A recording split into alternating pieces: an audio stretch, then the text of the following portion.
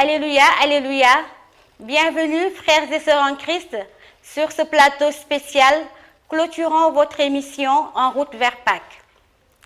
Comme nous avons eu à le faire tous les vendredis, nous avons prié ensemble le chemin de croix dans différentes paroisses de Dakar. Aujourd'hui, autour de ce plateau spécial, nous allons reparler des temps forts du carême, des questions majeures qui ont été retenues au cours de ce carême 2019.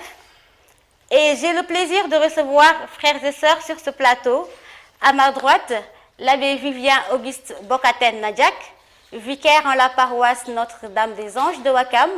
Abbé, bonsoir et bienvenue sur la ITV. Merci. C'est un plaisir de vous recevoir. Un plaisir tout à fait partagé au nom de notre Seigneur Jésus-Christ. Amen. Et à côté de l'abbé Vivien, j'ai également M. Christian Oudon, fidèle paroissien de la paroisse Notre-Dame des Anges de Ouakam. Bienvenue, M. Oudon, sur la ITV. Merci beaucoup et merci de m'avoir invité à ce plateau de ITV qui parle du carême. Et nous sommes là aujourd'hui pour clôturer en beauté ton émission et on va voir dans les débats ce que nous allons ressortir. Merci beaucoup. Et à ma gauche, j'ai M. Eric Correa de la paroisse des Martyrs de l'Ouganda. Bonsoir, M. Eric. Bonsoir Louise, bonsoir chers auditeurs et auditrices de ITV. Donc c'est un plaisir d'être aujourd'hui sur le plateau. On dit Alléluia, on souhaite une bonne fête à tout le monde, à tous ceux qui nous suivent. Donc je suis Eric Correa, je suis de la paroisse des Martyrs de l'Ouganda et membre aussi de Jeune Espérance. Merci Monsieur Correa. Et à côté de Monsieur Correa, nous avons Tata Émilie Fay. Bienvenue Tata Émilie sur la ITV. Merci Marie-Louise, merci pour l'invitation. Voilà, c'est Madame Cabral Émilie Faye, fondatrice de la communauté Jeune Espérance. Et toute la joie d'être là ce matin, en ce grand jour de la résurrection. Nous allons commencer la première partie de ce plateau avec la chorale Saint-Joseph de Médina qui va nous accompagner en chant. Au matin, dans la clarté, au matin, dans la clarté de la tombe, il s'est levé. Au matin, dans la clarté, Jésus est ressuscité. Au matin, dans la clarté de la tombe, il s'est levé. Chantons Alléluia, Christ est vainqueur de la mort. Christ notre Rédempteur est vivant. Chantons Alléluia, Christ est vainqueur de la mort. Christ notre Rédempteur est vivant. Il nous a montré ses mains, on l'a vu dans le jardin. Il nous a montré ses mains, il a partagé le pain. Il nous a montré ses mains, on l'a vu dans le jardin. Il nous a montré ses mains, il a partagé le pain. Chantons Alléluia, Christ est vainqueur de la mort. Christ notre Rédempteur est vivant. Chantons Alléluia, Christ est vainqueur de la mort. Christ notre Rédempteur est vivant.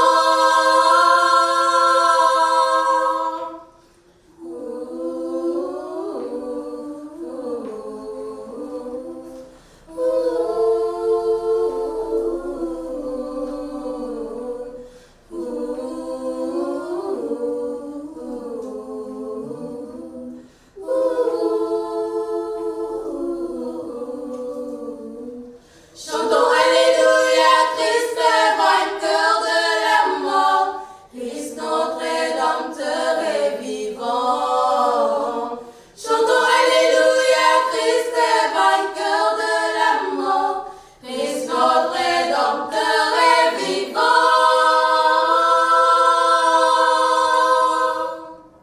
Voilà donc frères et sœurs en Christ, ce plateau vous sera présenté en deux parties. Dans la première partie, nous reviendrons, comme je le disais tantôt, sur les temps forts de ce carême 2019.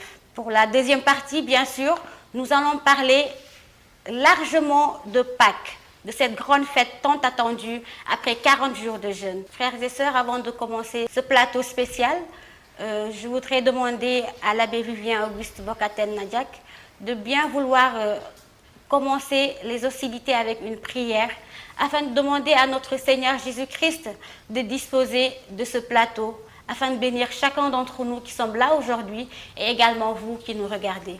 Abbé Vivien. Au nom du Père et du Fils et du Saint-Esprit, Amen. notre secours est le nom du Seigneur. Qui a fait le ciel et la terre. Dieu éternel et tout-puissant, comment ne pas te rendre grâce après ces 40 jours que tu as disposés pour chacun d'entre nous, afin de nous permettre de vivre ce temps béni de carême. Comment ne pas te rendre grâce de nous avoir conduits à ce jour sacro-saint, à ce jour beau, à ce jour glorieux de la résurrection de notre Seigneur Jésus-Christ, le jour de Pâques, dimanche de la résurrection. En te rendant grâce, Seigneur, nous voulons davantage nous remettre entre tes mains, puisque toi, tu connais les désirs de nos cœurs. C'est toi qui scrutes les cœurs et les reins. C'est toi qui es au début et au commencement de toutes choses. Daigne bénir chacun d'entre nous. Daigne bénir les téléspectateurs de ce plateau, de cette chaîne ITV. Daigne bénir nos familles, daigne bénir nos personnes. Daigne bénir aussi, par la même occasion, Marie-Louise qui nous a invités sur ce plateau, Monsieur Christian Oudan, Monsieur Eric Correa, daigne bénir aussi Madame Cabral, Émilie Faye. Daigne bénir chacun et chacune d'entre nous. Dispose nos cœurs à parler de toi, à ne parler que de toi, à ne parler encore que de toi. Amen. Nous te le demandons, Seigneur, humblement, daigne présider ce plateau. Amen. Nous te le demandons par Jésus-Christ, ton Fils unique, notre Seigneur et notre Dieu, qui vit et règne aujourd'hui, demain et dans les siècles des siècles. Amen. Au nom du Père et du Fils et du Saint-Esprit. Amen. Voilà, Abbé, merci beaucoup pour cette belle prière. Merci à vous. Alors, pour commencer, Abbé, nous allons d'abord essayer de voir. Alors, nous allons parler d'abord de ce qu'est le carême catholique. Alors, je salue encore les téléspectateurs qui nous suivent. Je salue ceux avec qui je partage ce plateau, justement. Et je pense que la question ne doit pas être posée seulement aux prêtres. Il faudrait aussi que mes frères et sœurs puissent prendre la parole. Je ne ferai qu'une ébauche et je leur laisserai la parole pour qu'eux-mêmes puissent dire quelles sont leurs impressions. Alors, dire carême pour nous catholiques, c'est un temps fort. Il faut le dire, il faut le préciser d'emblée. C'est un temps fort, comme le temps de l'Avent est fort, comme le temps de Noël est fort, comme le temps de Pâques aussi est davantage fort.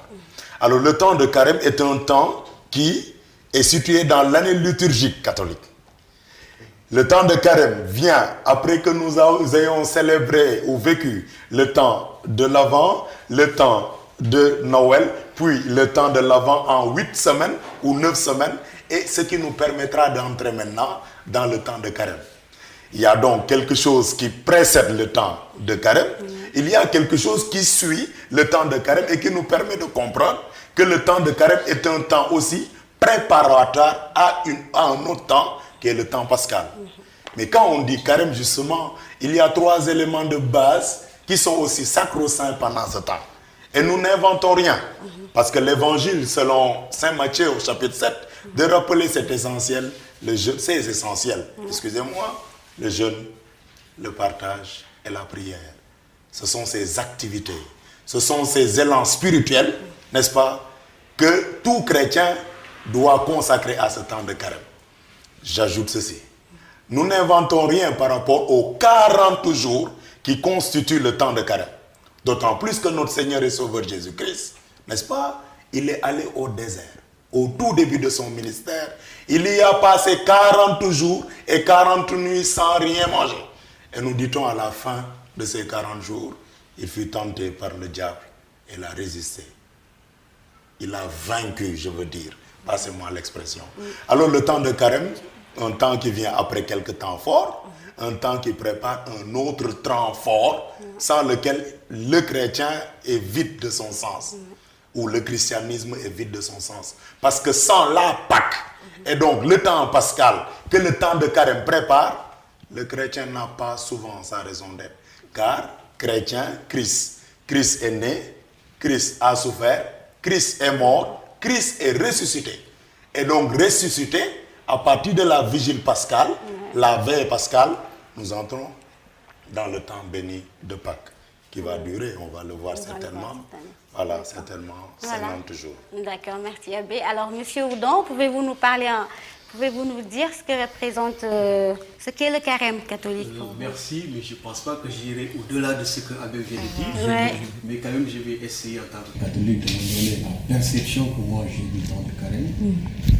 Je me dis chaque fois que le temps de carême, c'est un temps d'éternel recommencement selon ce qu'on vit dans l'intérieur. C'est un temps qu'on repense tous les jours, mais particulièrement au moment même du carême. Donc c'est un temps fort comme Abbé vient de dire. Mais je vais au-delà de ça en disant que c'est un temps qui nous permet de nous reposer la question sur nous-mêmes. De nous dire, mais de faire un bilan. Et quand on fait un bilan dans le silence. On fait un bilan dans l'abstinence. On fait un bilan dans la prière.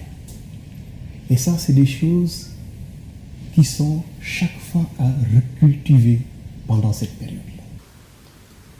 De manière classique, on dit que le temps de carême, Abbé vient de le dire, c'est un temps fort, c'est de l'abstinence, etc. Mais je pense qu'il faut aussi que le temps de carême soit approprié par la personne qui lui-même fait le jeûne. Donc pour le moment, c'est ce que je peux dire encore pour le temps de carême. Peut-être que d'autres idées viendront. Oui, bien sûr. Oui, M. Correa? Non, bien sûr, on va aller toujours dans le même sens, pour dire que le temps de carême est un temps fort où on se remet en question, un temps de recueillement, où il faut chercher donc à se réconcilier. Mais comment se réconcilier avec notre Seigneur? Dans notre foi, il faut revoir toutes ces choses-là. Donc le temps de carême nous permet vraiment de faire le vide autour de nous, de pouvoir le contempler, de sortir de tout ce qui nous entoure aujourd'hui, toute cette futilité qui nous entoure, toutes ces choses qui peuvent nous brouiller le visage, donc qui nous éloignent de notre Seigneur, et de se rapprocher encore de lui. De se rapprocher encore de lui. Donc c'est ce temps fort-là où nous devons, comme lui, renoncer donc, à toutes ces tentations-là, et puis reprendre position, reprendre la place forte. Tu vois, cette place que le Christ même qui a vaincu toutes les tentations, que nous aussi nous puissions nous appuyer sur lui pour pouvoir vaincre aussi toutes ces tentations de nos jours et puis reprendre notre place pour pouvoir encore marcher vers cette sainteté que nous cherchons nous tous. Oui, bien sûr. Ça, Émilie? Pour moi, je peux dire que c'est un temps de grâce, Oui. un temps de bénédiction, un temps qui est donné aux chrétiens de s'approprier de sa foi. Un exercice spirituel ou des exercices pour être beaucoup plus proche de Dieu. Voilà. Et pendant 40 jours, l'Église donne beaucoup de moyens, mais c'est à chaque chrétien d'aller prendre sa chose. Voilà. Que chacun, dans ce qu'il vit, dans ce qu'il est, essaye de faire par excellence. Parce que pour moi, Pâques, c'est la fête de l'amour. Oui. Voilà. Parce que le Christ nous a aimés et il nous a aimés jusqu'au bout. Donc tous les efforts que nous faisons pendant tous les 40 jours, c'est des efforts pour monter avec le Christ. Monter pour être beaucoup plus proche de celui qui nous a aimés. Le premier, quand il nous aimait, nous étions pécheurs. Nous péchons, il continue de nous aimer. Donc quand je dis temps de grâce, c'est la grâce de se poser et de pouvoir refaire le bilan de sa vie et de s'approcher de lui pour qu'à Pâques, comme on est aujourd'hui, que l'Alléluia sorte du fond de nos âmes. Voilà, pour dire merci à ce Dieu qui nous a aimés jusqu'au bout. Voilà. Alors aujourd'hui, très souvent, Abbé, nous nous rendons compte qu'il y a beaucoup de gens ne comprennent pas en fait comment est-ce que le catholique doit jeûner. Alors, je le dis avec peut-être, je ne sais pas, avec humour, Oui. n'est-ce pas? Quand on prend l'évangile et qu'on nous dise que Jésus-Christ il a jeûné 40 jours et 40 nuits sans manger. Je connais le jeûne sec d'Esther, mais souvent les gens ils font 3 jours, ils ne mangent pas, ils ne boivent pas. Mais il faudrait reconnaître quand même avec nos téléspectateurs qui nous suivent, sans pour autant les leurrer, que passer 40 jours et 40 nuits sans manger, c'est de l'ordre de Dieu. c'est vraiment de l'ordre de Dieu. Oui. Voilà, et on doit s'en convaincre. Maintenant, le jeûne catholique, c'est un jeûne de 40 jours. Maintenant, quand on dit que nous jeûnons 40 jours, nous ne limitons pas notre jeûne aux simples privations alimentaires. Raison pour laquelle le premier appel qui retentit au mercredi des cendres, c'est un appel à la conversion. Qui dit conversion, appelle, n'est-ce pas, ou rappelle plutôt à ce fidèle de passer d'une situation à une autre situation meilleure ou préférable aux yeux de Dieu, ou souhaitée même par Dieu. N'est-ce pas? Alors, nous quittons nos aliments gras. D'abord, du côté alimentaire, les aliments gras. Et même l'Église dit aux jeunes, aux personnes, je veux dire aux chrétiens, le mardi gras, faites le maximum. Mangez tout ce qui est gras. Parce que le lendemain, mercredi décembre, n'est-ce pas, nous commençons à entrer plutôt dans ce qui est moins gras, dans ce qui ne doit plus être gras. N'est-ce pas? Oui, ça, c'est du point de vue alimentaire. Et donc, notre jeûne ne se limite pas seulement aux privations alimentaires. Et je rappelais tout à l'heure que c'est de passer d'une situation désagréable, pas normale, d'une situation de pécheur et de pécheresse pour entrer maintenant dans la bonne situation, dans les bonnes dispositions voulues par Dieu. Et c'est en ce sens que souvent, dans toutes les prédications, les prêtres rappellent, au-delà de cet aspect alimentaire, n'est-ce pas? Ce que tu faisais, tu sais nettement que ce que tu faisais, ce n'était pas bon. Ce n'est pas bien aux yeux de Dieu. Vraiment, pendant les 40 jours-là, fais l'effort de ne plus le refaire. Tout à fait. Pour finir avec cette question. Oui. Notre jeûne, c'est un jeûne de 40 jours. 40 jours. Le mandement de carême dit de manière claire et nette, 2 jours sont davantage obligatoires. Il s'agit du mercredi des cendres et du vendredi saint. Celui que nous avons fêté il y a 2 jours. Alors, maintenant, il appartiendra à tout un chacun, dans ses dispositions, n'est-ce pas, de se dire que j'ai déjà 2 jours obligatoires. Si je veux faire les 40 jours, ça tient à toi. Et que Dieu te bénisse, fais-le. Parce que ça peut contribuer à ton salut. Si tu peux faire seulement les 2 jours indiqués comme obligatoires, fais les 2 jours indiqués comme obligatoires si tu as l'âge de plus de 18 ans ou si tu as 18 ans. N'est-ce pas? Maintenant, pendant ce temps, essaie d'éviter le mal. Mais moi, en tant que jeune prêtre, je ne suis pas dans des considérations tel prêtre a dit, tel prêtre a dit. Je dis à tout fidèle chrétien en cette fête de Pâques, si l'année prochaine tu peux faire 40 jours, qu'on te griffonne, fais les 40 jours. Ça ne te fera aucun mal. Au contraire, du point de vue médical, tu vas t'en trouver mieux. N'est-ce pas? Du point de vue spirituel, et bon, on est en Wolof en France, tu vas t'en trouver mieux. Maintenant, bon, voilà, on est dans un contexte où les efforts doivent être faits, que nous puissions savoir que ce n'est pas seulement des privations alimentaires, notre jeûne. Ça va bien au-delà. Ça va bien au-delà. Voilà. C'est ce que je pouvais apporter par rapport à cette question-là. Voilà, M. Oudon, ce carême, comment vous l'avez vécu? Pour ma part, jeûner, c'est départager d'une habitude récurrente. Déjà, c'est un jeu. Je suis trop accro à quelque chose, mais je fais l'effort quand même pendant ce temps-là de ne plus le faire. Si c'est vraiment mon vie. Ça aussi, c'est jeûner. Le jeûne catholique, d'après ce que... je ne vais plus te poser la question parce que j'ai parfaitement compris aujourd'hui ce que c'est que le jeûne. Mais c'est une question qui revient chaque année. On a l'impression que peut-être les prêtres ne nous disent pas exactement la réelle solution. Mais je pense que qui suit cette émission aujourd'hui a la solution de cette question-là. Le jeûne peut prendre divers sens, diverses manières. Selon les facultés de la personne, peut-être. Mais pour moi, jeûner dépend de beaucoup de situations, des habitudes, des goûts, des manières de faire, etc., qu'on met de côté pour se rapprocher plus de Dieu en ce moment-là. Ça, c'est ma perception du jeûne. Bon, on n'est pas tous les mêmes. Il y a des gens qui quand ils ne mangent pas à midi, vraiment, c'est pas bon pour eux carrément. Du point de vue de la santé. Oui, de la santé, des trucs comme ça. Bon, il y a une manière de jeûner Il y a une autre manière de jeûner. Et l'église est grande. L'église, c'est une grande porte ouverte où tout tient sa place, mais selon les chemins de Dieu. Et le jeûne englobe beaucoup de choses, beaucoup de situations. Il faut juste que la personne puisse savoir comment jeûner et comment, pendant cette période-là, me rapprocher plus de Dieu. Et c'est ce qui est plus important. Comment faire de telle sorte que je me déshabille de mes habitudes naturelles et quotidiennes pour me rapprocher de plus en plus vers ce Dieu-là qui nous a tant aimés et qui aujourd'hui, heureusement, a jailli du tombeau avec une grande lumière. C'est ce que nous voulons suivre. C'est pour là que je jeûne pour préparer cette journée-là. Mais imaginez qu'on jeûne mal pendant 40 jours.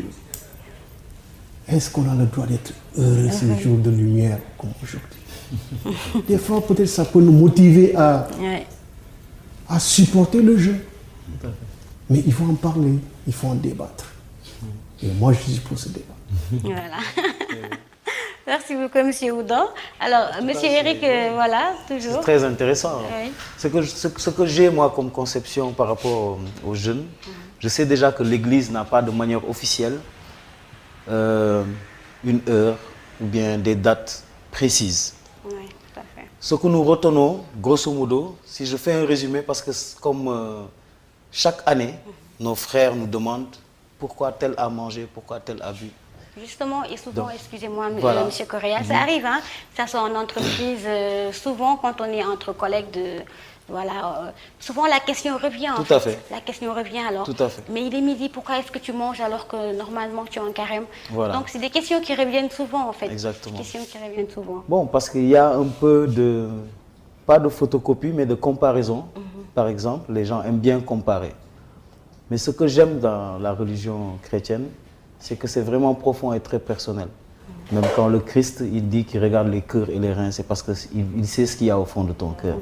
Donc, le jeûne, on nous demande de diminuer tout ce qui est gras, les sucreries, la boisson, la cigarette peut-être, pour ceux qui fument.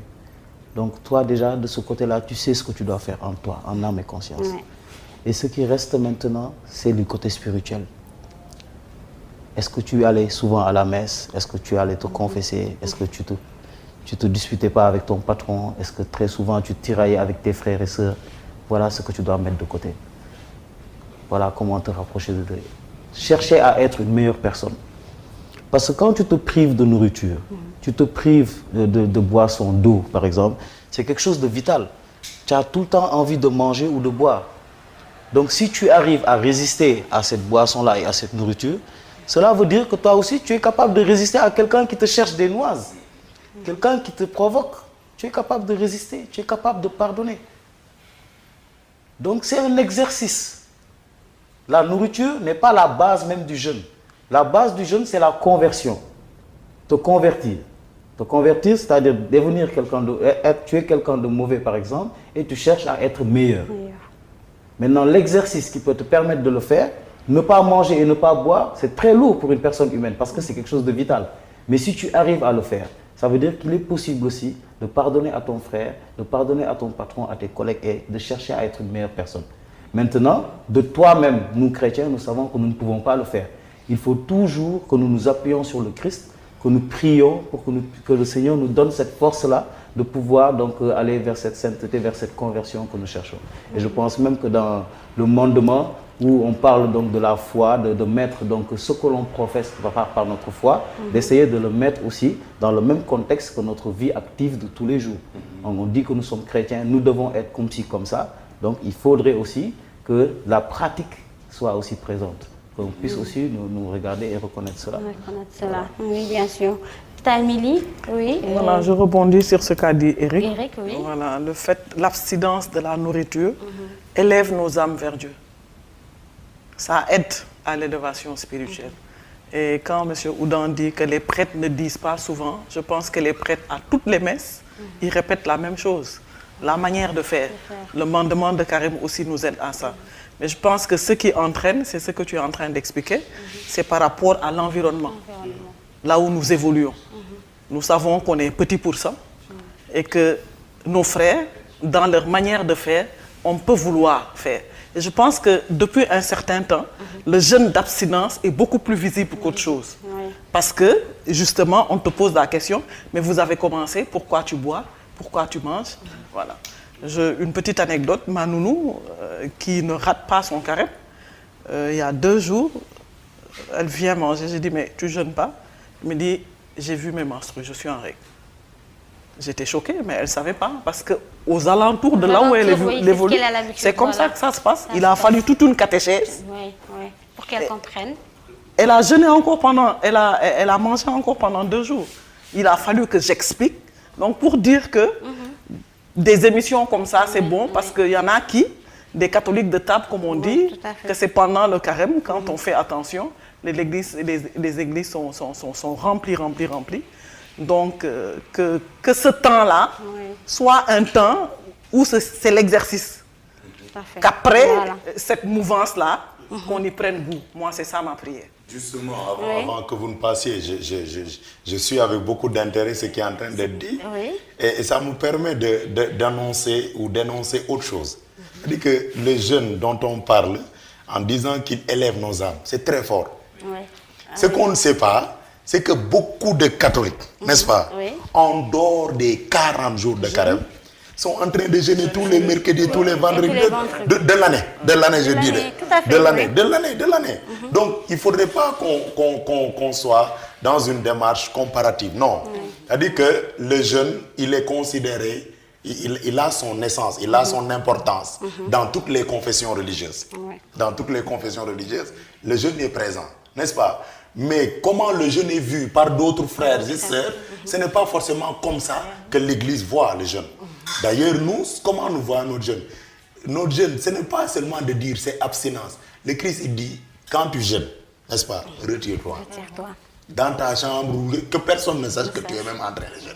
Alors, restez là dans un débat. Est-ce que tu as jeûné? Est-ce que je n'ai pas jeûné? Voilà, ça va être compliqué. D'autant plus que, même pour notre jeûne, il nous est recommandé de n'avoir qu'un repas par jour. Si tu as choisi le petit déjeuner, mais tu vas manger le petit déjeuner et tu n'attendras que le petit déjeuner du lendemain. Si tu n'as choisi que le déjeuner, tu n'attendras que le déjeuner du lendemain. Bon, ce que je ne conseille pas souvent aux gens, parce que moi je préfère le dîner. Voilà. Donc si tu as choisi le dîner, ce n'est que le dîner du lendemain. Alors moi je conseille à tous les téléspectateurs, en tout cas nos frères et sœurs catholiques, de ne pas être dans une forme de, voilà, je jeûne, tout le monde doit savoir que je jeûne. Non, non, non. Mon jeûne, il est secret. Mon jeûne, il a ses caractéristiques. Oui, je oui, respecte ce que l'Église me dit. Je respecte ce que le Christ me dit. Et j'aurai mon bon jeûne pour ma sanctification d'abord, pour ma conversion. Et je tiens à rappeler. Vraiment, il faut qu'on le rappelle. Ce n'est pas par manque de le dire ou bien de l'avoir ressassé depuis des années, depuis que je suis prêtre, depuis que je sais ce que je suis. Oui. N'est-ce pas? Les prêtres, avec Jacques Seco, on le dit. Allez, regardez comment on commence notre jeûne. Notre jeûne, on le commence par un signe particulier qu'on ne reçoit jamais pendant l'année. Oui. C'est le signe des cendres. Des cendres, oui. Et le signe est accompagné d'une parole. Convertis-toi et crois. Donc ton jeûne, quand tu l'appliques, tu te convertis. Si tu fais le partage, tu te convertis. Si tu pries, tu te convertis. C'est dans ça qu'il faut entrer. Ensuite, après, les autres considérations, telles que mon âme va être élevée, telles que, voilà, je vais sortir de telle situation. Mais il y a un autre bémol, un autre souci. J'aime bien quand on dit justement, dans notre jeûne, on va le faire pendant 40 jours. 40 jours, après on a fini, on va reprendre les mêmes habitudes. Les mêmes habitudes. Mais c'est l'occasion, si tu fumais beaucoup, et que tu as pris le temps pendant le jeûne de ne fumer qu'une fois, ouais, c'est l'occasion d'arrêter. Ouais. Vraiment. Non, il faut qu'on se le dise, c'est l'occasion d'arrêter. Si tu faisais beaucoup, c'est l'occasion. Tout à fait. Et justement, au-delà d'amener nos âmes vers le Seigneur, c'est l'occasion pour nous d'abandonner ce qui peut nous tuer.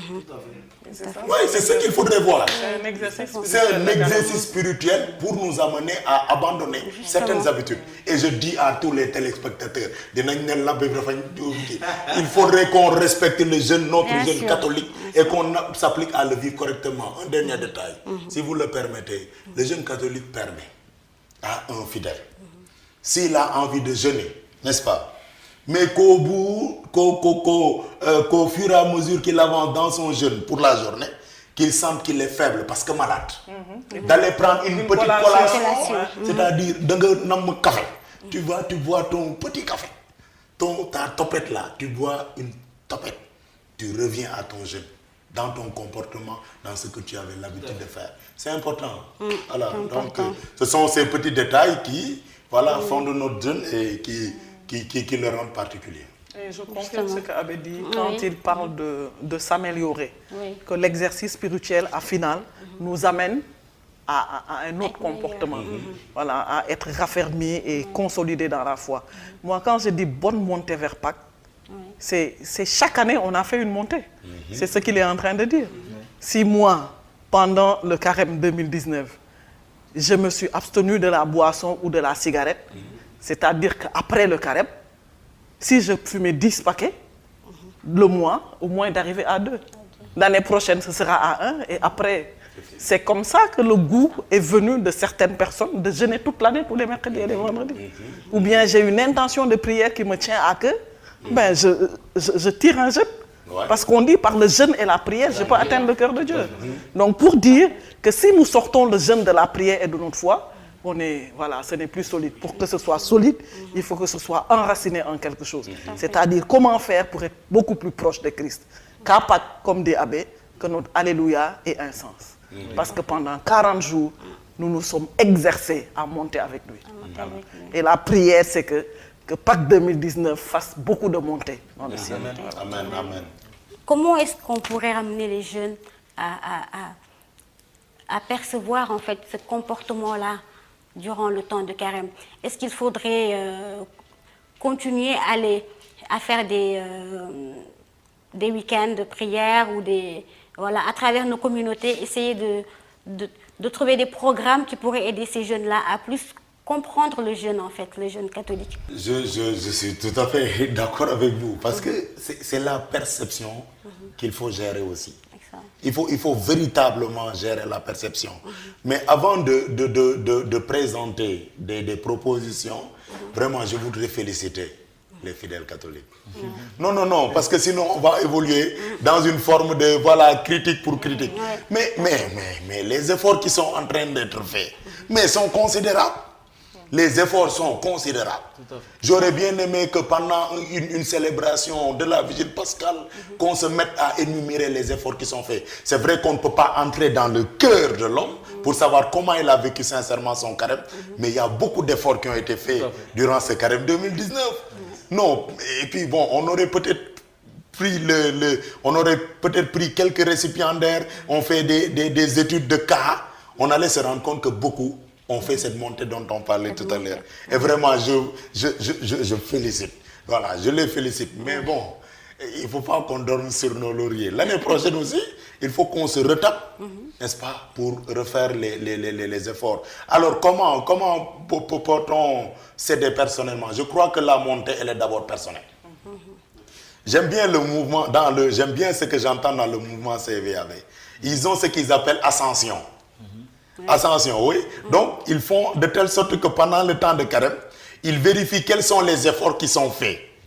Nous, dans nos églises, on vérifie souvent aussi les efforts par rapport à les efforts de carême. On dit sucre, on dit tel. Ça, c'est dans le sens du partage. Mais est-ce qu'on a évolué les efforts de nos fidèles chrétiens du point de vue spirituel? C'est vrai qu'on va leur demander de se confesser parce que ça le permet. Mais je pense qu'il faut que de plus en plus qu'on aille dans ce sens-là. Que chacun, personnellement, qu'il s'asseye. L'année dernière, j'ai fait tant d'efforts. Cette année, je voudrais en faire 10 autres. Et c'est tout le sens de l'évangile des talents. Voilà, on lui a donné des talents cette année. Il s'est assis, il ne s'est pas assis pour rien faire, mais il a fait fructifier ces talents-là. Donc, quand on aura fini cette expérience, cette édition 2019, que pendant le temps de Pâques, et pendant le temps ordinaire qui va venir, le temps de l'Avent, le temps de Noël, et le temps ordinaire qui va venir avant le mercredi décembre, que nous puissions faire cette évaluation-là pour voir quels sont les points concrets d'effort que je dois faire, et aussi pour voir là où je dois m'améliorer pour l'année prochaine. Je pense que ça peut être une piste. Et après, bon, peut-être que mes amis qui sont les fidèles et que moi je suis le prêtre, vont davantage nous aider par rapport à cela. Voilà. Donc, Tata Émilie, Madame Cabral. Ce qu'il dit, c'est parfaitement vrai. Oui.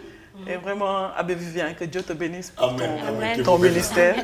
L'Église a besoin de jeunes prêtres qui dégagent la bonne odeur du Christ. Parce que moi, je dis, la foi, c'est un don gratuit du ciel.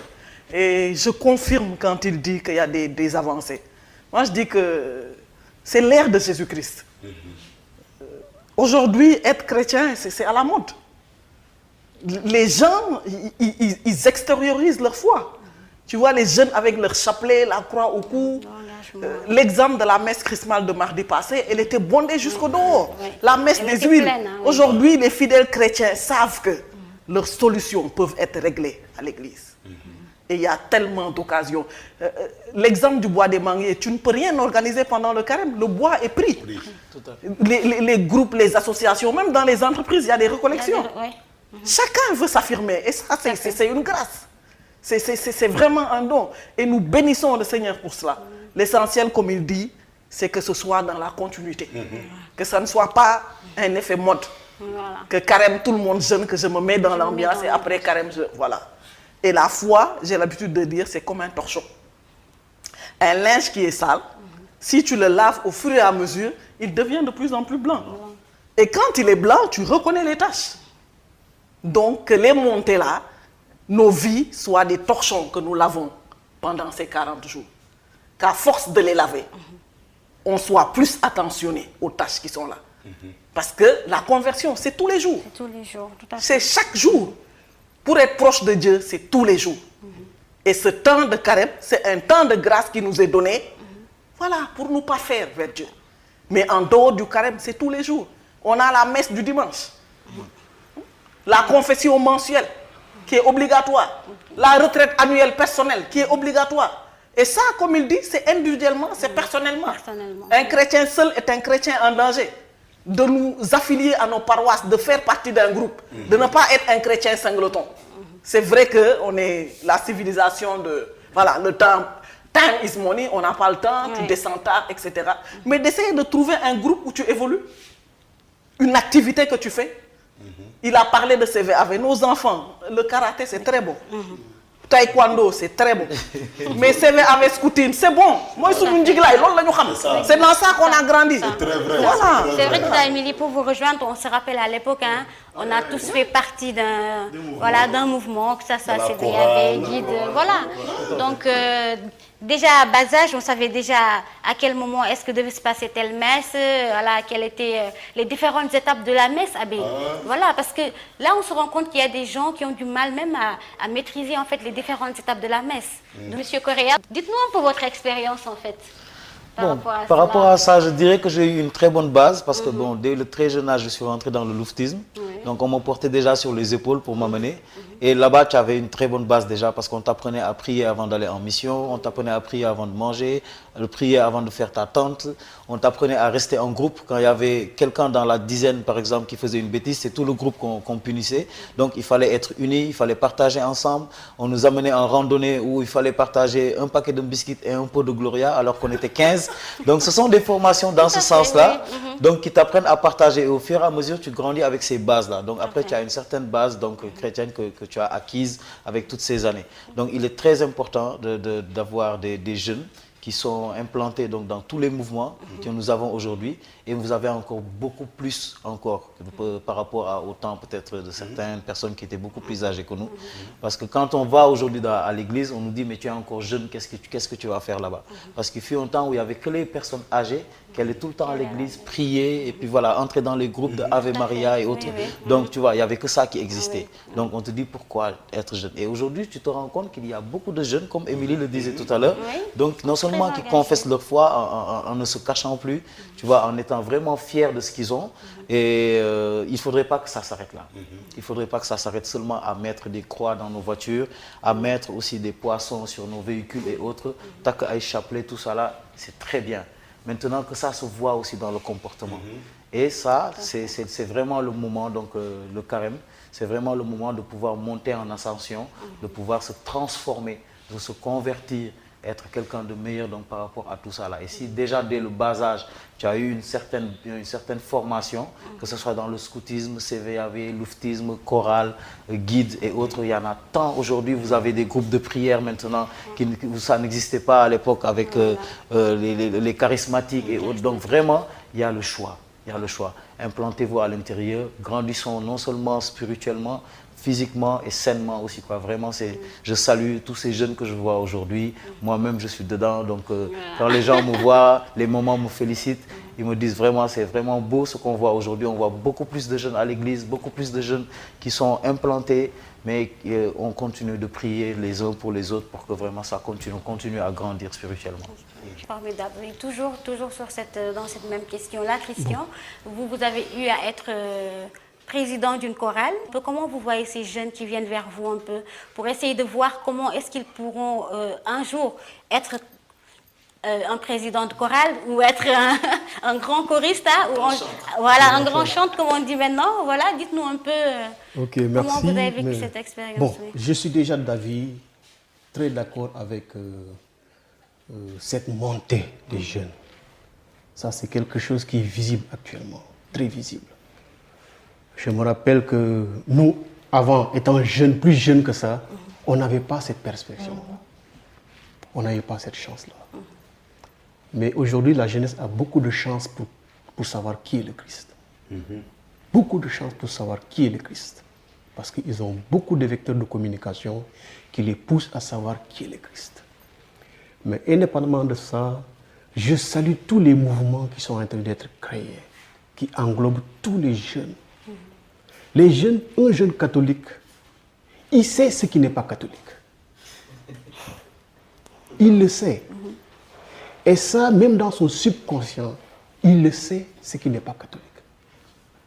Et cela, quand ça se réveille en lui, il sait qu'il faut il y a quelque chose qui le tire à revenir vers là où il doit être. Qu'importe la situation, qu'importe ce qu'il est. C'est ça le jeune catholique. Il a beau être ce qu'il est, mais il y a quelque chose, une lumière au fond de lui qui lui dit en temps T, tu dois être à tel milieu. Et c'est ce qui est intéressant actuellement avec la jeunesse catholique.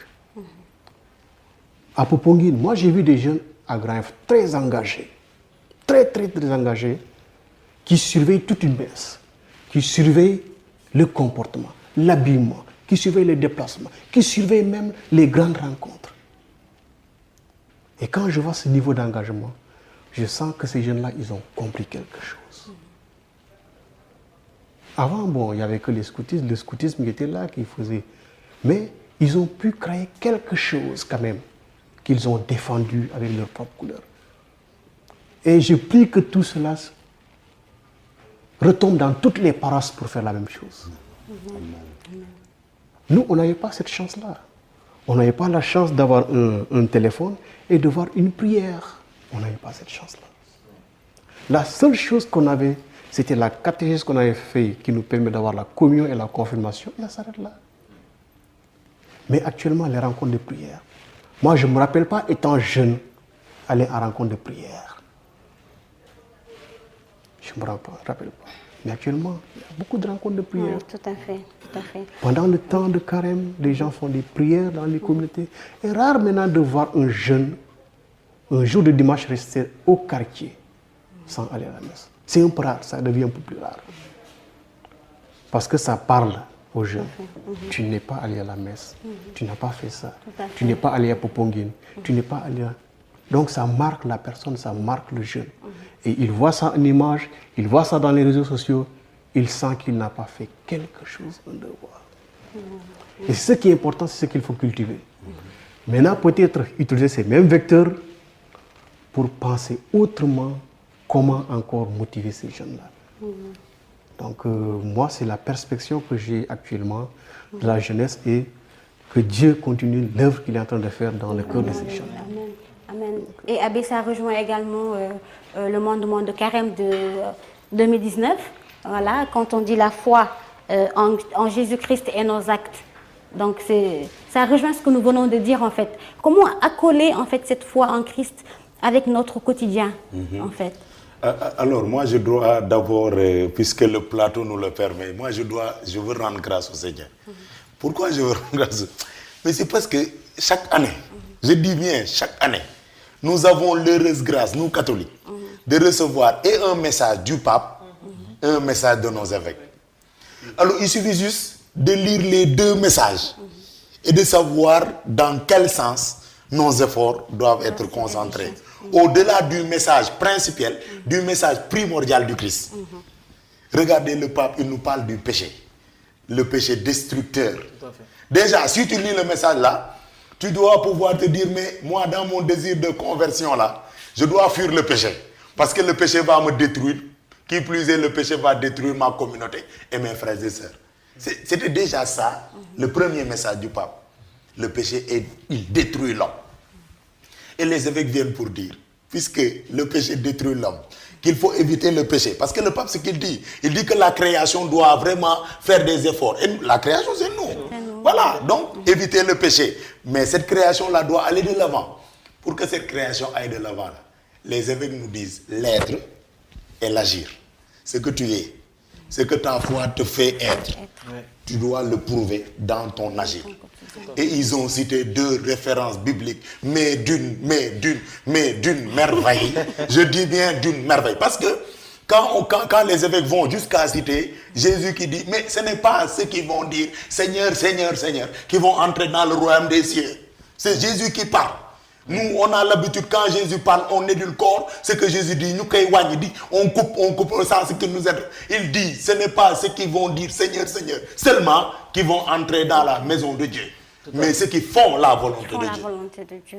Et l'apôtre Jacques, il dit, ma foi là, sans les œufs, est une foi bel et bien morte. Regardez, non mais regardez les messages. Les messages là, regardez. Fille 20 ans, vous les réchauffez, mais vous aurez des éléments de vie. Alors moi, je rends grâce au Seigneur parce que tout ce que nous sommes en train de dire, les évêques l'ont déjà pensé. Et nous l'ont dit. Le pape François, le gars, il est trop fort. Il est super méga fort. Non, il est excellent, il est formidable, il est formidable. Alors moi, je dis que, alors, est-ce que je ne vais pas proposer à nos téléspectateurs, quand on va sortir du carême, c'est vrai que pendant le carême, on a eu beaucoup d'activités. Le jeûne est passé là, tu es fatigué. Après le carême, qu'on prenne une semaine ou 9 jours de neuvaine, n'est-ce pas? Téléspectateurs, vous me suivez. Vous prenez le temps, vous prenez 9 jours, vous prenez par jour 3 phrases ou 4 phrases du message du pape et du message des évêques. Et l'affaire est réglée pour vos actions ou pour vos activités futures. C'est clair. C'est clair, il faut le faire. Et je remercie le Seigneur, encore une fois, parce que les organisateurs des JMJ, vous savez qu'est-ce qu'ils nous ont fait quand nous sommes arrivés au JMJ? Ils ont pris pour tous les chemins de croix, ils nous ont plaqué le message des évêques. Ils ont demandé aux prêtres qui ont célébré. Moi, j'étais avec l'abbé Charles Luanga John, du diocèse de Thiès, que je remercie. Mais le prêtre là, il nous a pris le message des évêques. Mais non, moi, je vais. C'est pas possible. Donc, moi, je pense que vraiment, pour les actions à venir, pour cet agir que nous devons avoir, concrètement, j'invite tout un chacun à relire ces messages-là et que le Seigneur nous donne la grâce de pouvoir, la claire vision de ce que nous devons faire d'abord. Il faut avoir la claire vision de ce que nous devons faire et aussi qu'il nous donne la grâce, la santé de pouvoir et la force même de pouvoir les accomplir. C'est possible, chers jeunes, c'est possible pour tout chrétien. Frères et sœurs en Christ, nous voilà au terme de la première partie de cette émission où nous avions parlé du carême. Alors pour passer à la deuxième partie, je vous laisse regarder la chorale Saint-Joseph de Médina. Alleluia.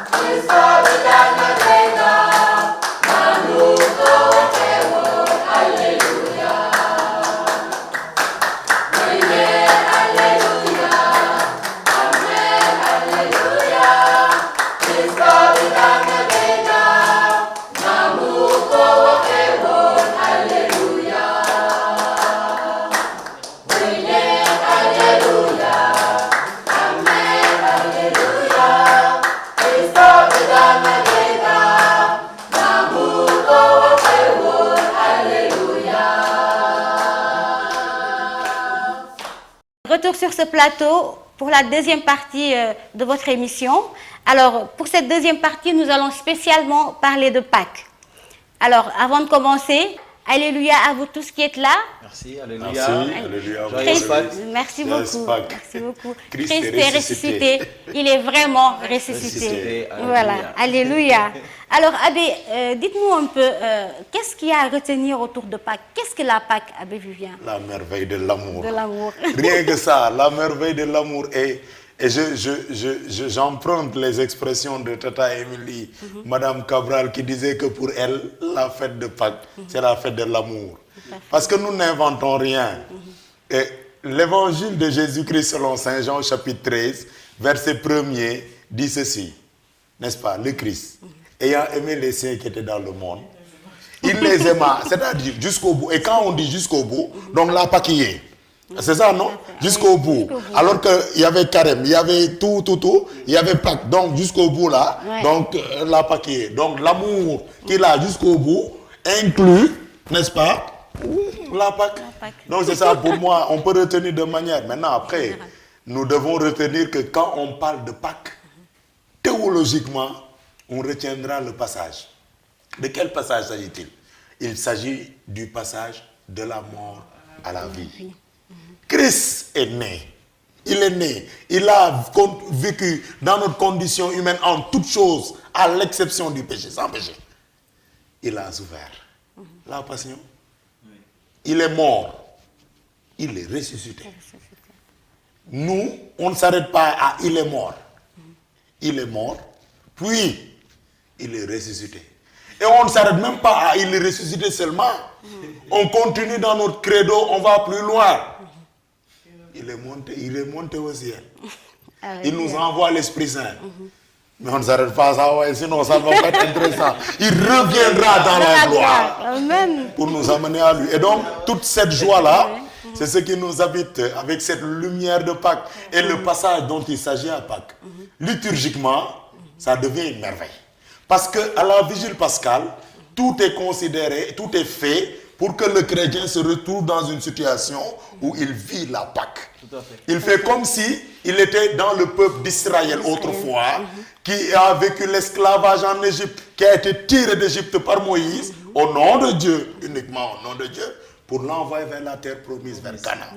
Et nous aussi, nous avons vécu le temps de carême. En entrant dans le temps de carême, c'était avec nos pourritures, excusez-moi de l'expression, nos mauvaises choses. On a vécu le temps de carême, nous avons fait des retraites, nous avons fait des recollections, nous avons fait des confessions, nous avons fait des œuvres de charité. Nous poursuivons notre passage maintenant. Et dès le début de la célébration liturgique, c'est la lumière qui s'amène. De nos ténèbres, on passe à la lumière. Le Christ, comme le dit l'apôtre, il nous tire des ténèbres vers sa lumière, pour nous plonger dans sa lumière.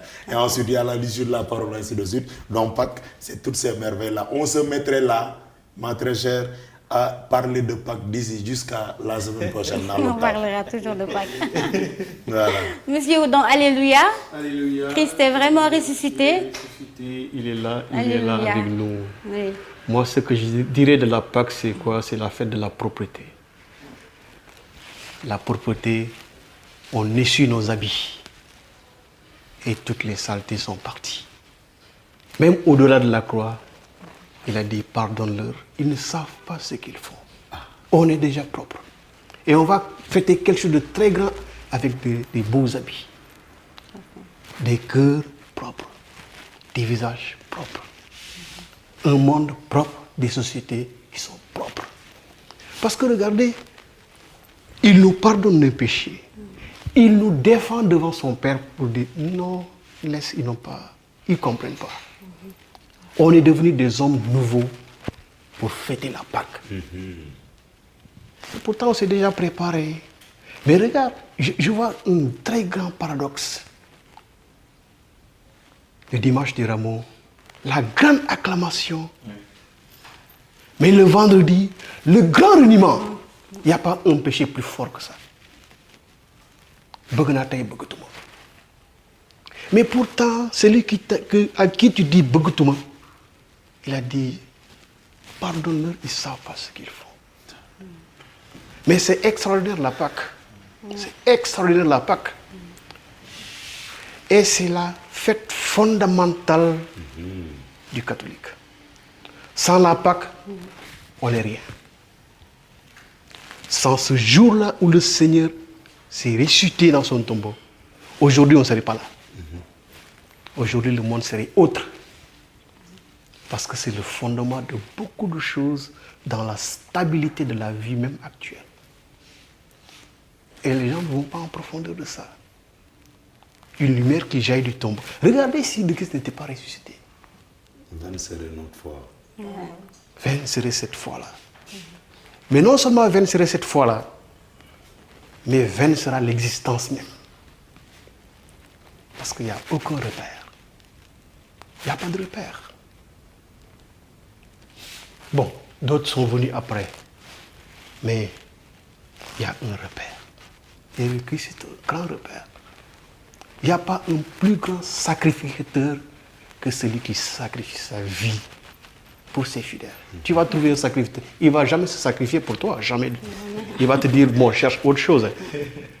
Mais qui est ce sacrificateur qui ose lui-même se dire que je verse mon sang pour toi? Moi, je n'ai pas encore vu ce sacrificateur. Même le caïphe qui faisait le malin devant Jésus, tu dis que tu tires son bout, tout ça là. C'est les grands sacrifices, ils connaissent les docteurs de la loi. Mais ils ne vont jamais, jamais abandonner leur vie pour... Et c'est ça la Pâque catholique. C'est ça la Pâque. Et ce jour-là, ce sont des chrétiens qui sont propres, qui sont lumineux. C'est pour ça qu'elle se fête lourdement. Et je souhaite bonne fête de Pâques à tout le monde. Merci beaucoup. Merci beaucoup. Alléluia, Monsieur Correa. Alléluia. Christ est vraiment ressuscité. Il est vraiment ressuscité. Alléluia. Alléluia. Donc, je ne sais pas quoi rajouter par rapport à vraiment Abbé, par rapport à Christian. Donc, ils ont déjà tout dit. Tout à fait. Vraiment, c'est la fête de l'amour. Pour Yahoo. Que demander de plus? Qu'est-ce que tu vas lui demander de plus? Il a tout donné. Et il reviendra encore. Hein?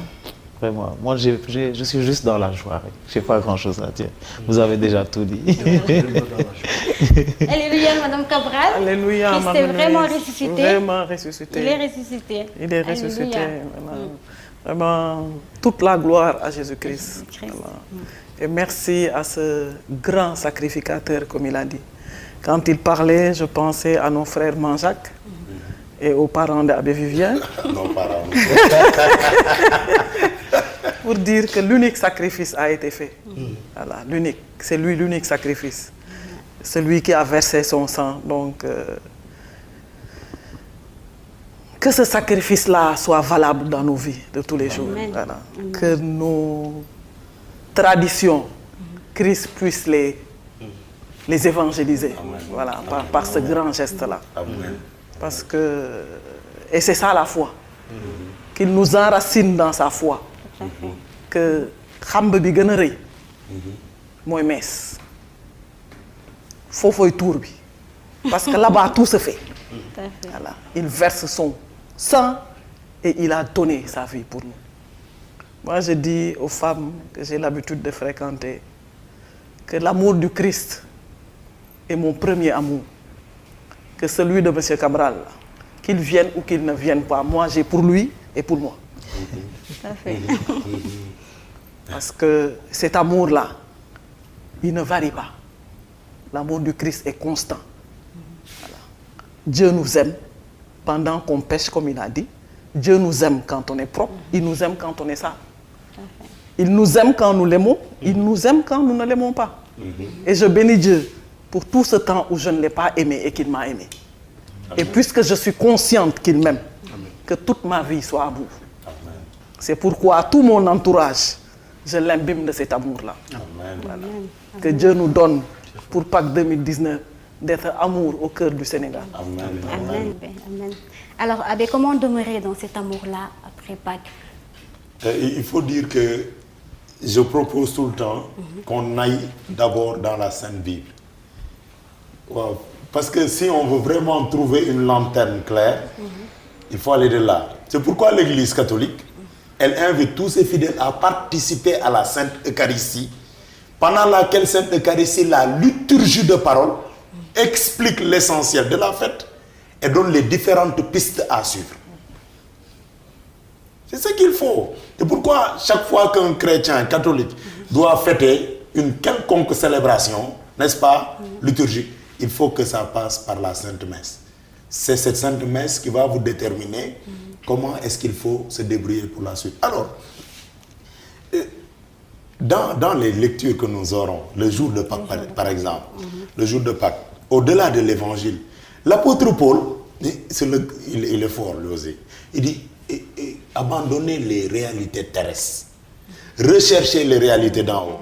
C'est-à-dire que la montée dont on parle là, elle a été évaluée, elle a été analysée et interprétée avant que nous-mêmes, nous sachions que nous bénéficions de l'amour de Dieu. Paul, il le dit, puisque Christ est ressuscité, s'il n'est pas resté 29 fois, mais sinon, étant donné qu'il est ressuscité, abandonnons les réalités terrestres et fixons nos yeux vers les réalités d'en haut. Ça veut dire quoi? Il faut que notre regard soit toujours vers Dieu. C'est lui l'essentiel. Et j'ai bien aimé hier, dans sa prédication, l'abbé Jules Pascal, mon confrère de Wakam, Koli, il disait, et il citait justement Saint Jean-Marie Vianney, le curé d'Ars, en disant que ce dernier a dit, il faut toujours avoir Dieu en vue, le Christ en pratique et soi-même en sacrifice. C'est Dieu toujours en vue.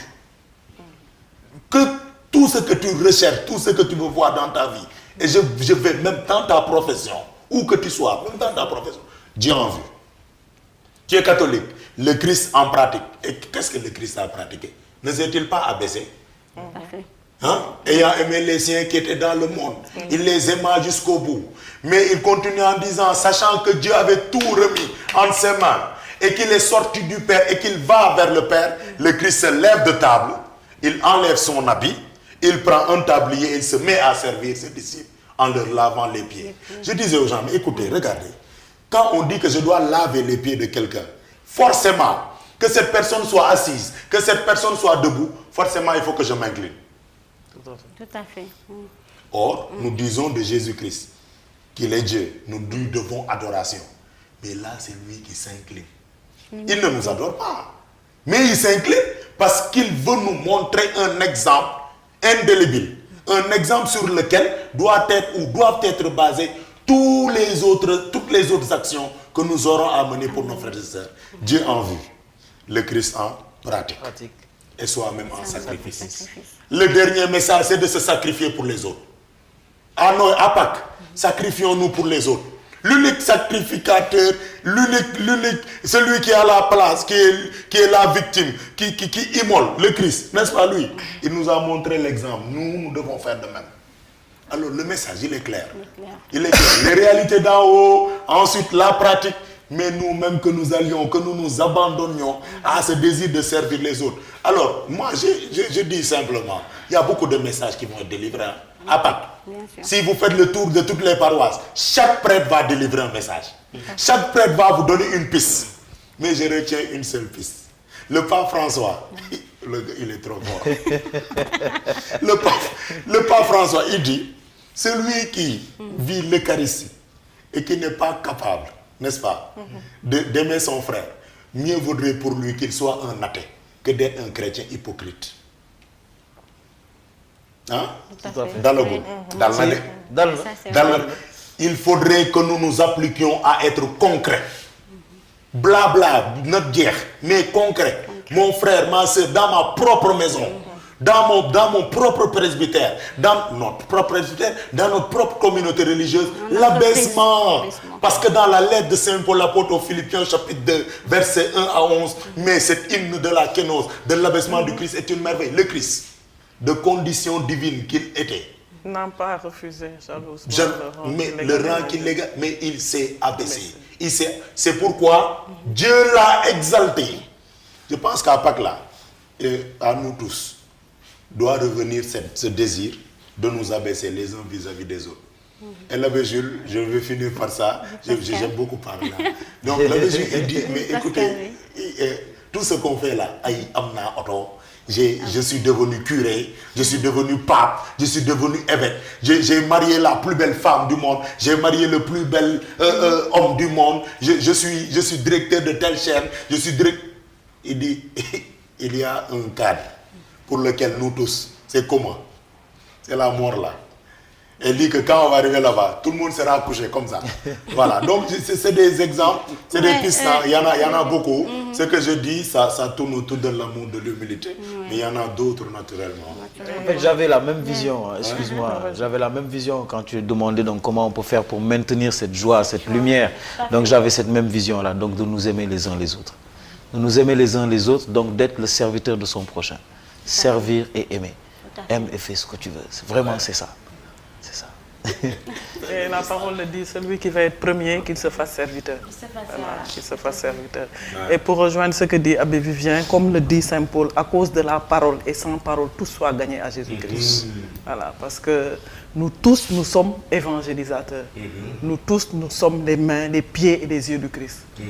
Il est né, il a vécu la même condition humaine que nous, excepté le péché. Il est mort, il est ressuscité, il est remonté au ciel. Mais la mission, c'est nous, ces ambassadeurs, qui devons continuer cette mission. Et comme dit Abbé Vivien, ce n'est pas par la parole, mais c'est par les œuvres. Voilà. Qu'à cause de la parole de Dieu, et sans aucune parole, tout soit gagné à Jésus-Christ. Ça, dans nos foyers, dans nos lieux de travail et dans le quartier. Quand il parle d'élévation, et je le dis tout le temps, que nous apprenions à demander des grâces spirituelles à Dieu. Aujourd'hui, le chrétien catholique sénégalais a compris que ce qu'il va voir ailleurs, l'Église peut le lui donner. Voilà. Qu'aujourd'hui, si je déchire mon cœur et je me mets à l'adoration, Dieu peut régler mon problème. Je n'ai pas besoin d'aller au coin à gauche, mais dans mon Église, je peux prendre ma grâce. Mais que nous apprenions aussi à demander à Dieu des grâces spirituelles. Voilà. Le don de la piété, le don de la foi. Pas simplement la voiture, l'épouse, la maison. Ça, c'est légitime aussi, hein? Parce que lui-même, il nous a promis le bonheur sur la terre des vivants. Voilà. Et la voiture est un moyen de déplacement. Voilà. L'épouse aussi, c'est lui-même qui a béni. Voilà. L'homme quittera son père et sa mère. Tout ça aussi, c'est bon. Mais c'est bon avant de demander à Dieu la grâce de la présence, la grâce de la fidélité, la grâce de la foi. Quand on a tout ça là, quand voiture va arriver, maison et époux, on pourra gérer. Et parfois, il nous arrive de quitter la présence de Dieu parce qu'on lui a demandé telle chose qu'il ne nous a pas donné. Et peut-être le jour où tu es parti chercher ailleurs, c'était le jour de ta bénédiction. Ou si ce n'est pas arrivé, c'est parce que Dieu sait que cette chose, tu ne pourras pas gérer. Parce que ce qui importe Dieu, c'est que ce que le Père lui a donné, qu'aucun de ses enfants ne se perd. C'est ça d'abord l'objectif de Dieu. Nos âmes ne peuvent demeurer en paix tant qu'ils ne reposent pas en Dieu. C'est ça notre objectif premier. On est né pour aimer. Pour aimer qui? Dieu qui nous a fait. Pour aimer Dieu qui nous a fait. Donc si la grâce que nous demandons à Dieu peut nous éloigner de lui, elle peut tarder à arriver. Elle peut tarder à arriver. Et comme c'est un père à qui son enfant demanderait du pain, on donne un serpent ou une pierre. Dieu est le père de tous les pères. De lui tire la paternité. Tout père tire sa paternité chez le père qui nous a aimés. Donc lui, il nous connaît. Il sait de quoi nous avons besoin. C'est pourquoi, quand nous demandons des choses à Dieu et que cela n'arrive pas, que nous puissions dire que ce n'est pas encore le moment. Et que ce temps-là soit un rapprochement avec Dieu, mais pas un éloignement. Et ça, c'est un petit clin d'œil que je donne sur la route de la foi, parce que c'est une longue route. Et sur cette route, 2 routes nous est proposées. La vie ou la mort. La mort. Que Dieu nous donne par cette choisir. grâce de Pâques de tous embraser la route de la vie. Amen. Je dirais que on a assez connu le Christ. On l'a assez connu. Et ce n'est pas quelque chose, ce qui manque. De le vivre et de conserver toujours cette foi-là. Ça ne manque pas. C'est dans la Bible. C'est dans la vie de tous les jours. Et quand on lit la Bible elle est écrite en langage simple. Très simple. Très simple. Mais il demande beaucoup d'attention et de recueillement. Il faut aller puiser au fond. Et j'ai écouté une belle émission à Espérance FM. Quelqu'un qui intervenait et qui dit, bon, vous savez qu'on est là, mais il y a des gens qui ne connaissent pas Jésus. Ils ne connaissent pas Jésus. Mais comment est-ce qu'ils peuvent connaître Jésus? Ils peuvent connaître Jésus à partir de ce que nous vivons, ce que nous dégageons, qui est le Christ lui-même, qui est sa vie, qui est sa manière de s'abaisser, qui est sa manière d'aimer les autres. Si quelqu'un ignore Jésus et qu'il te regarde dans cette manière de vivre, c'est là qu'il découvre qui est Jésus qui est derrière toi. C'est ça la manière de... Mais comment est-ce qu'on peut comprendre Jésus sans que nous, catholiques, nous vivons Jésus? Ça cause problème. Je vais appuyer ce qu'il dit. Parce que quand on prend notre Sainte Bible, l'exemple qui nous est donné aujourd'hui à travers la Passion du Seigneur, c'est le centurion. Le centurion romain, à part peut-être là où Christ a été arrêté, au mont des Oliviers, jusqu'au Golgotha, c'est peut-être durant ce temps-là qu'il a connu Jésus, peut-être. N'est-ce pas? On parle d'un autre centurion à qui Jésus-Christ, pour qui Jésus-Christ a fait un miracle en faveur de sa fille, voilà, ainsi de suite. Mais ce centurion-là, il ne l'a pas connu. Mais l'évangile dit, n'est-ce pas, selon Saint Jean, il dit, à la vue de ce qui s'était passé, il a voulu rendre gloire à Dieu en disant, celui-ci était vraiment le Fils de Dieu. À la vue de ce qui s'était passé. Il a vu, donc il a prospecté autour de lui. Il était là quand Christ a porté sa croix, quand il a été battu. Mais sonne, il a vu tout ça. Il a vu le Christ quand il disait cette phrase que vous avez dit, Père, pardonne-leur, car ils ne savent pas ce qu'ils font. Christ a été témoin. Et le livre de l'Apocalypse dit, il dit, nous rendons, soyez bénis par le témoin fidèle, Jésus-Christ. Et je pense que ce que nous disons aujourd'hui doit nous replonger aussi dans le thème annuel que nous avons en diocèse. Je parle de l'archidiocèse, mais c'est sûr que c'est un thème qui peut être général. Nous voulons cette année où, par notre évêque, nous voulons suivre le Christ, vérité. Être à l'école du Christ, vérité. Marcher avec le Christ dans son école, vérité. Mais si on veut être à l'école du Christ, vérité, c'est pour d'abord comprendre que celui-là, il nous a enseigné ce qui est vérité. Et même dans sa mort, il nous l'enseigne. Pour rejoindre le centurion dont tu parlais tout à l'heure, sur la croix, quand on accusait Jésus, il lui a dit, mais toi, tu ne réponds pas, tu ne dis rien contre ces accusations portées contre toi. Nous, au moins, c'est juste parce qu'on a péché, c'est juste pour me... Oui. Mais toi qui n'as rien fait, mais défends-toi. Voilà. Alors, il dit, ma royauté n'est pas de ce monde. Il dit, donc, quand tu seras dans ton royaume, ne m'oublie pas. Ne m'oublie Et pas. c'est ce soir-là que le centurion est arrivé. Voilà. C'est cette confiance automatique Justement, cette qui confiance passe automatique. d'ordinaire. Tu as confiance à une personne. Comme ça, de manière ordinaire. De manière C'est ordinaire, extraordinaire. oui, tout à fait. C'est Donc, très... Voilà. Et il y a un point qu'on a dépassé un peu, c'est même dans le mandement de carême, que nos actes soient ce que nous vivons. Que nous vivons. Mais- Je crois Abbé, que c'est ce qui résume en fait tout ce débat autour de Pâques, autour du carême avant, ensuite autour de Pâques, c'est-à-dire notre foi à travers nos actes. Notre foi en Jésus-Christ à travers nos actes. Voilà, Abbé, alors pour cette question, je crois qu'elle va être un peu... Ça va vous faire rire, je veux dire. Ouais. Alors dites-nous un peu, Abbé, le ngala, Bon, disons, tant aimé par les Sénégalais. Alors, est-ce religieux ou c'est juste coutumier en fait? Dites-nous un peu. moi, je me suis tellement marré à travers les réseaux sociaux. Tout à fait. Et il y a eu beaucoup de vidéos. Mais cette ambiance, elle est bonne. Ouais. Et elle est bonne. Vraiment. fait Moi, elle m'a plaisir, permis de vivre mon jeûne tranquille aussi. Voilà, mais le ngalak, il n'a pas été dit que la Vierge Marie a fait le ngalak en Pâques, ou que Jésus-Christ était allé au marché pour acheter du mil et qu'ils ont envoyé la famille. Non, ça n'a pas un aspect religieux, ça n'a pas un aspect religieux, mais un aspect coutumier. Et il semblerait que c'était en référence autrefois, pas seulement l'expression sans pour autant faire du mal à nos aînés. C'était les gourmettes qui avaient cette habitude, puisque nos frères et sœurs musulmans leur offraient quelque chose. Ils avaient voulu aussi, eux, par acte de charité et dans le carême, offrir quelque chose aux frères et sœurs musulmans. Donc c'est une coutume sénégalaise et plaise au Seigneur que cette coutume soit conservée. Mais je dois aussi rappeler un détail qui est fort important. N'allons pas au-delà de nos moyens.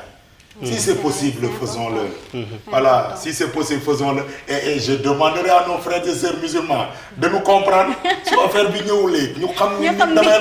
Mais parce que des fois, tu te retrouves dans un quartier où tu es une seule famille catholique avec 50 familles musulmanes. Voilà, donc tout ça, ça rentre dans l'ambiance. Les chrétiens continueront à faire cet effort, à se préparer, à préparer le ngalak pour un acte de charité. Seulement ça, un acte de charité envers des frères et sœurs en humanité, des frères et sœurs qui croient en Dieu. Voilà, c'est ce qu'il faut retenir et plaise au Seigneur de nous donner à nous tous, chrétiens comme musulmans, de garder cette dynamique du dialogue islamo-chrétien. Voilà, c'est ça. Tata Émilie, vous, comment est-ce que vous voyez le ngalak? Oui, j'abonde dans le même sens que Abbé Vivien, en disant que c'est une belle tradition. Parce que Sénégal, pays de la teranga, buntu kër go feug fekk fa catholique, fekk fa musulman. Donc la viande de mouton à la tabaski, nous aussi on fête. Donc c'est normal que à Pâques, que nous puissions donner. Et comme il dit, c'est une tradition qui est là depuis nos ancêtres. Et je trouve que c'est très beau. Voilà, ça raffermit les liens. Recevoir quelque chose de ton voisin, de faire fête. Mais comme il dit, en dehors du moyen, moi je dis, il ne faudrait pas que cela nous empêche de faire nos sacrements. Nous savons que la Semaine Sainte, elle est très chargée en termes de célébration et que nos mamans, elles s'y investissent à fond la caisse. Quand tu fais 10 bassines, ça peut te prendre toute la journée. À la fin de l'adoration, à la veille pascale, ça paye. Donc, dans certaines paroisses même, on demande de faire avant le samedi ou bien le mercredi ou le jeudi. Mais je trouve que c'est une très belle tradition. Voilà, une très belle tradition. Alors, Eric, vous aimez le ngalak? Comment vous le trouvez? Le ngalak, je pense que tous les Sénégalais l'adorent. C'est un dessert aussi succulent qu'on peut imaginer. Mais à part cet aspect, on va dire, à part cet aspect donc délicieux donc qui reflète le ngalak, il y a aussi cet aspect donc de partage. Donc c'est surtout ce message-là, je crois, qui rend le ngalak meilleur. Parce que le ngalak, on a des gens qui en vendent un peu partout pendant toute l'année. Mais le ngalak qu'on donne le jour du Triduum pascal ou bien le jour de la Pâque, donc le ngalak, il a un goût spécial parce qu'il est fait avec amour et il a une autre intention au-delà de la nourriture. Donc c'est vraiment ce dialogue, cet échange-là qu'il y a. Et je bénis Dieu pour ce qu'on a ici au Sénégal. Parce que nous avons remarqué qu'à chaque fête, il y a un plat. Chaque fête, Ganarbi, je crois que c'est pour la korité. Nous avons le mouton pour la tabaski. Nous avons donc le tchéré pour la tamkharit. Et donc nous aussi notre ngalak donc pour la Pâque. Donc alléluia. Tout à fait. Oui, alors, Monsieur Oudon, et vous? Ok, je terminerai par dire que bon, le ngalak c'est un grand vecteur de communication. Donc on ne peut plus ne pas le faire, le ngalak. C'est de la communication. Tu veux dire avec amour, le ngalak. Mais c'est ça, hein. Le ngalak, c'est le ngalak. Et je pense que même nos parents musulmans connaissent mieux le ngalak que nous-mêmes. C'est vrai que des fois nous le produisons, mais si on devait faire les statistiques, c'est plus de l'autre côté que de notre côté. Donc, bon, mais pour moi, je ne sais pas si c'est quelque chose de biblique, mais je pensais à quelque chose de référence. C'était le pain sans levain. On fête la Pâque avec l'agneau, mais avec du pain sans levain. Okay. Et moi, c'était chaque fois cette référence que je prenais pour le ngalak. Peut-être qu'on a fait une transposition juste des événements, mais la Pâque avant se fêtait avec du pain sans levain. Sans le vin grillé, Ouais, la grillé, brebis avec des l'agneau, herbes amères. avec des herbes amères, et on mangeait ça avec des herbes amères. Tout à fait. Et on mangeait debout. Et on mangeait debout. Et c'était la nuit C'est en l'Ancien plus. Testament. Et c'était pas n'importe quel veau aussi. Donc nous, peut-être à notre époque, bon, heureusement que le Sénégal a son gala. Alors, alléluia alors Alléluia pour pour le le Sénégal. Et Donc, vive le gala. Et j'espère que tout le monde a goûté le gala. gala cette année. Merci. Voilà, frères et sœurs en Christ, nous voilà pratiquement au terme de ce plateau spécial. Abbé Vivien, votre dernier mot, s'il vous plaît. Je salue encore une fois tous les fidèles chrétiens de Ouakam. Je les remercie. Je salue mon curé, l'abbé Simon, et mes deux autres confrères, l'abbé Jules Pascal Colli, l'abbé Georges. Je salue mes parents, je salue tout le monde. Et je salue aussi les responsables de cette chaîne ITV. Je salue tout le monde. Merci. Monsieur Oudan, votre dernier mot. Bon, je dirais que une prière pour ITV, que Dieu par sa grâce continue les grandes ambitions que j'ai vues ici et que Dieu vous donne la paix d'arriver là où vous voulez. Donc, et que cette émission perdure pour permettre à nous autres catholiques aussi de pouvoir nous exprimer. Monsieur Correa, votre dernier mot. Alléluia, joyeuse Pâques à tout le monde, voilà, tous les Sénégalais, quoi. Joyeuse Pâques parce que le Christ est mort et ressuscité pour l'humanité, pour l'être humain, donc sans distinction. Donc bonne fête à tout le monde.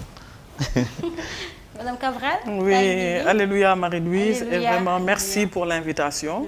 Merci pour cette chaîne télé, vraiment les mêmes prières, parce que c'est un moyen de communication. Et communiquer, c'est vraiment communiquer, quoi. Le monde a besoin de communication. Et ce plateau où on est, où on parle de Christ, c'est un moyen que Christ soit encore entendu jusqu'aux extrémités de la terre.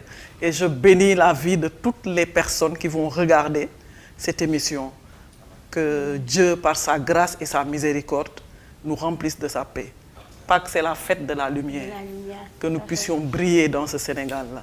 Voilà. Amen. Voilà, frères et sœurs en Christ, nous allons nous quitter à travers ces belles paroles de l'abbé Vivien Auguste Nadiak, vicaire à la paroisse Notre-Dame des Anges de Ouakam, de M. Christian Oudan, de M. Correa Eric et de Mme Cabral Tata Émilie, qui nous ont fait aujourd'hui le grand plaisir de partager avec nous ce plateau spécial. Parlant de Pâques, c'est toujours une joie de parler de notre Seigneur Jésus-Christ.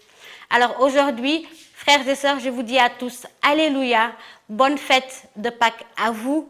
Demeurez fermes dans la foi en Jésus-Christ. Que le Seigneur accepte toutes nos prières durant ce temps de carême. Qu'il continue de bénir également chacun de nous à travers nos familles. Qu'il bénisse vraiment en abondance toutes ces œuvres et toutes ces activités que nous menons tous les jours de notre vie. Merci également à ITV de nous avoir permis de passer aujourd'hui ce temps à parler de notre Seigneur Jésus-Christ. Que le Seigneur vous bénisse. Nous allons clôturer ce plateau spécial avec la chorale Saint-Joseph de Médina, que je remercie vraiment du fond du cœur de leur disponibilité de nous aider à vivre ensemble cette belle joie qui est Pâques. Acclamons de toute la terre. Alléluia, Acclamons de toute la terre. Alléluia, Oh, acclamons de toute la terre. Alléluia, Acclamons l'esprit dans nos cœurs. Chantons très fort notre bonheur. Chantons la paix sur tous les chemins. Oh, alléluia.